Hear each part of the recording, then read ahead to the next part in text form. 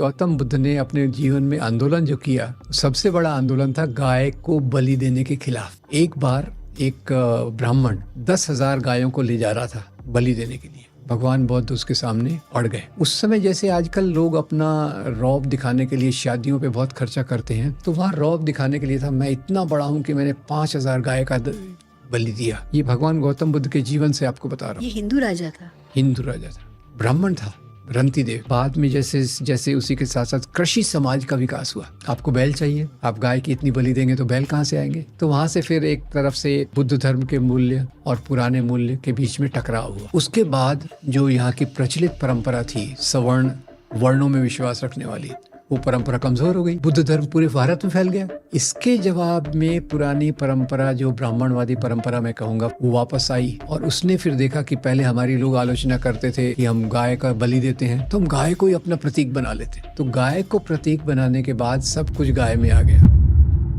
तो प्रेगनेंसी में अगर ये गौमूत्र लिया जाए, ऐसे साइंस ने प्रूव किया है कि उसमें 4 चम्मच गोबर में से 1 चम्मच जूस निकाल के अगर प्रेगनेंसी में समय समय पर लेते रहे तो नॉर्मल डिलीवरी के चांसेस बहुत ज़्यादा बढ़ जाते हैं। मेरी वाइफ ने भी गौमूत्र पिया और गाय के गोबर का रस का उपयोग किया प्रेगनेंसी में। दोनों बच्चे मेरे नॉर्मल डिलीवरी से हुए।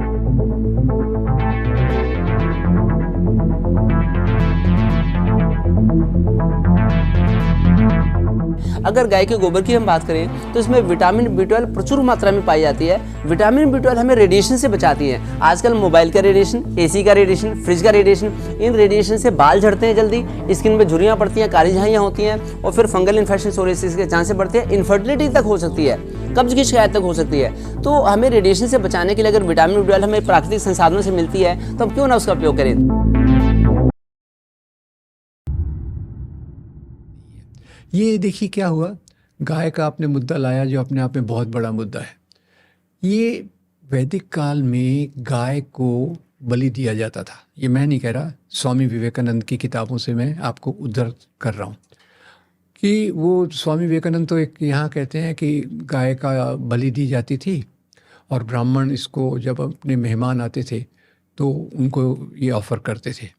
गोघन्य और अघन्य, यानी जो भी काटे जाने वाली गाय वो है जो दूध न देती हो, बैरन हो, और इसके आधार पे वैदिक काल में था। अब क्या हुआ, उसी में से बौद्ध धर्म और जैन धर्म का यहाँ उदय हुआ। और आपको बता दूं कि गौतम बुद्ध ने अपने जीवन में आंदोलन जो किया, आंदोलन सबसे बड़ा आंदोलन था गाय को बलि देने के खिलाफ। एक बार एक ब्राह्मण रंतिदेव 10,000 गायों को ले जा रहा था बलि देने के लिए। भगवान बुद्ध उसके सामने अड़ गए। उस समय जैसे आजकल लोग अपना रौब दिखाने के लिए शादियों पे बहुत खर्चा करते हैं, तो वहाँ रौब दिखाने के लिए था, मैं इतना बड़ा हूँ कि मैंने 5,000 गाय का बलि दिया। ये भगवान गौतम बुद्ध के जीवन से आपको बता रहा हूँ। ये हिंदू राजा था। हिंदू राजा था, ब्राह्मण था, रंतिदेव। तो ये मुख्य बात ये समझने की ज़रूरत है, जो अम्बेडकर भी अपनी रचनाओं में लिखते हैं कि पहले वैदिक काल में ये होता था, बाद में जैसे जैसे उसी के साथ साथ कृषि समाज का विकास हुआ। अब ये देखिए आर्थिक परिस्थिति, और इससे कृषि समाज में आप कैसे चलेगा? आपको बैल चाहिए, आप गाय की इतनी बलि देंगे तो बैल कहाँ से आएंगे? तो वहाँ से फिर एक तरफ से बुद्ध धर्म के मूल्य और पुराने मूल्य के बीच में टकराव हुआ।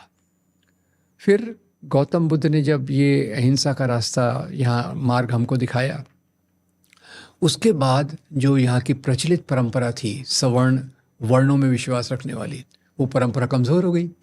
बुद्ध धर्म पूरे भारत में फैल गया। इसको अम्बेडकर कहते हैं क्रांति। इसके जवाब में पुरानी परंपरा, जो ब्राह्मणवादी परंपरा मैं कहूँगा फ्रैंकली, वो वापस आई। और उसने फिर देखा कि पहले हमारी लोग आलोचना करते थे कि हम गाय का बलि देते हैं, तो हम गाय को ही अपना प्रतीक बना लेते। तो गाय को प्रतीक बनाने के बाद सब कुछ गाय में आ गया। आफ्टर थॉट है गाय को प्रतीक। हाँ, यानी ये 7वीं, 8वीं, 9वीं शताब्दी में ये हुआ होगा, या उससे भी बाद में हुआ होगा। और फिर गाय में सब गुण डाले गए कि गाय के पेशाब से आपकी बीमारियां ठीक हो जाएंगी, गोबर से ये ठीक हो जाएगा। अब किसान के जीवन में तो गाय का बहुत महत्व है, वो हमसे ज़्यादा जानता है।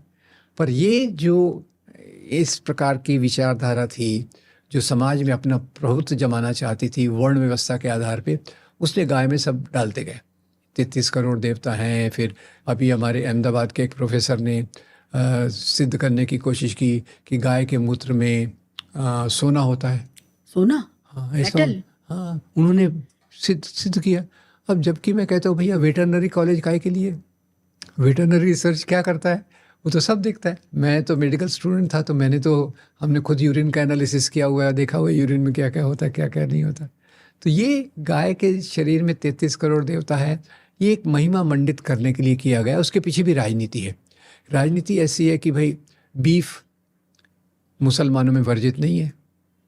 अब यहाँ भी फ़र्क है, क्रिश्चियंस में भी वर्जित नहीं है, तो क्रिश्चियंस तो बेचारे बच गए, पर मुसलमानों की लिंचिंग चालू हो गई। और मज़ेदार बात यह है कि गाय, ये बीफ के एक्सपोर्ट में इंडिया अभी नंबर 1 या 2 है, और एक्सपोर्ट करने वाले कोई मुसलमान नहीं है। एक्सपोर्ट करने वालों में आपको जैन मिलेंगे, हिंदू मिलेंगे, और ये सब लोग मिलेंगे। सबरवाल साहब, सबरवाल साहब नंबर 1, अल कबीर के नाम से। जी जी। सर, ये जितनी भी बीफ एक्सपोर्ट कंपनियां हैं, जो हिंदुओं की कंपनियां हैं, जिनके मालिक हिंदू हैं, वो सब मुस्लिम नाम रख करके बीफ बेचते हैं विदेशों में। और भारत में नाम बताने की बात कही गई कि जो फल बेच रहा है, बीफ नहीं बेच रहा है, जो फल बेच रहा है वो भी अपना नाम बताए। यानी सेब भी मुसलमान का अलग है, हिंदू का अलग है। हम लोग इतनी अतार्किक बातों में कैसे चले गए? और ये बात समाज के गले उतर जाती है, लोग इसको कानून बनाने लगते हैं। ये कैसे हो जाता है? देखिए शिवा जी, ये बहुत गहरा मुद्दा है। एक बार जब आपने नफ़रत का बीज डाल दिया, तो वो बीज आगे चलकर झाड़ बनकर जहरीले फल ही देता है। और उसमें से ये सब चीज़ों को फिर जस्टिफाई करने लगते हैं कि भाई दुकानदार अपने नाम लिखे और ये करे और वो करे। पर जैसे आपने बहुत अच्छा मुद्दा उठाया कि फिर बीफ कंपनियां ये मुस्लिम नाम क्यों रखती हैं, क्योंकि ज़्यादातर उनको गल्फ़ कंट्रीज़ में एक्सपोर्ट करना पड़ता है। उसके पीछे का कारण ये है।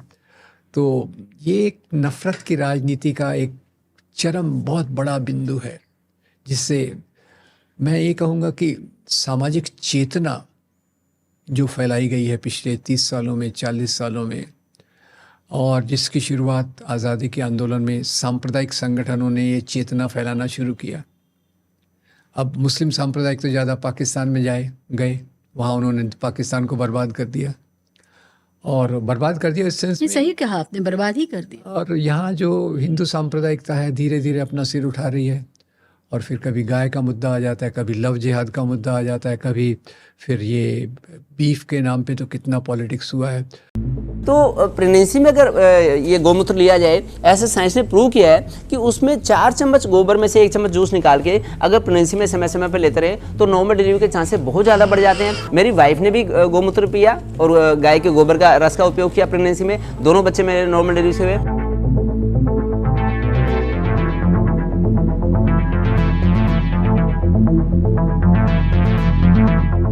अगर गाय के गोबर की हम बात करें तो इसमें विटामिन B12 प्रचुर मात्रा में पाई जाती है। विटामिन B12 हमें रेडिएशन से बचाती है। आजकल मोबाइल का रेडिएशन, AC का रेडिएशन, फ्रिज का रेडिएशन, इन रेडिएशन से बाल झड़ते हैं जल्दी, स्किन में झुर्रियाँ पड़ती हैं, काली झाइयाँ होती हैं, और फिर फंगल इन्फेक्शन, सोरियासिस के चांसेस बढ़ते हैं, इनफर्टिलिटी तक हो सकती है, कब्ज की शिकायत तक हो सकती है। तो हमें रेडिएशन से बचाने के लिए अगर विटामिन B12 हमें प्राकृतिक संसाधनों से मिलती है तो हम क्यों ना उसका उपयोग करें।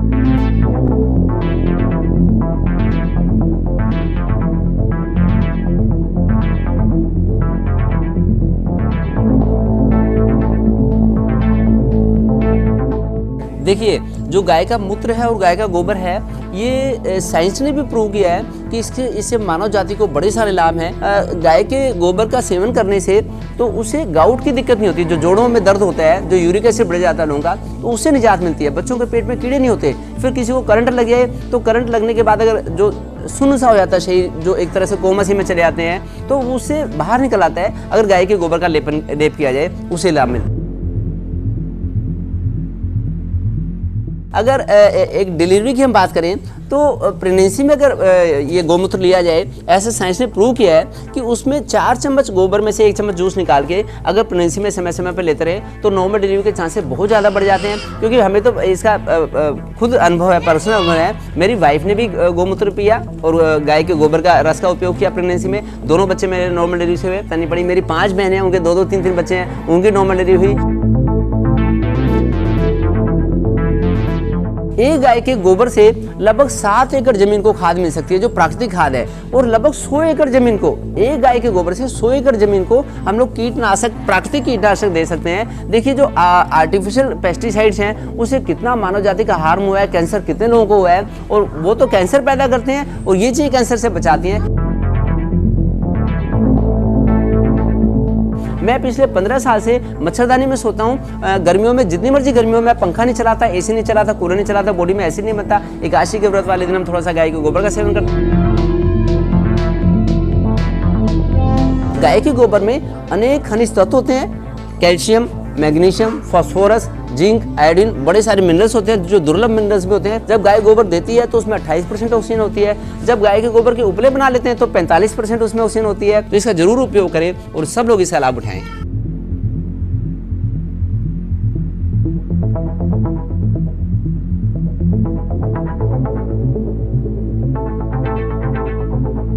अभी तक कोई इस चीजों का साइंटिफिक प्रूफ नहीं मिलता है, और जब तक कोई चीज का साइंटिफिक प्रूफ नहीं मिलता है तब तक इसके बारे में कहना मुश्किल है।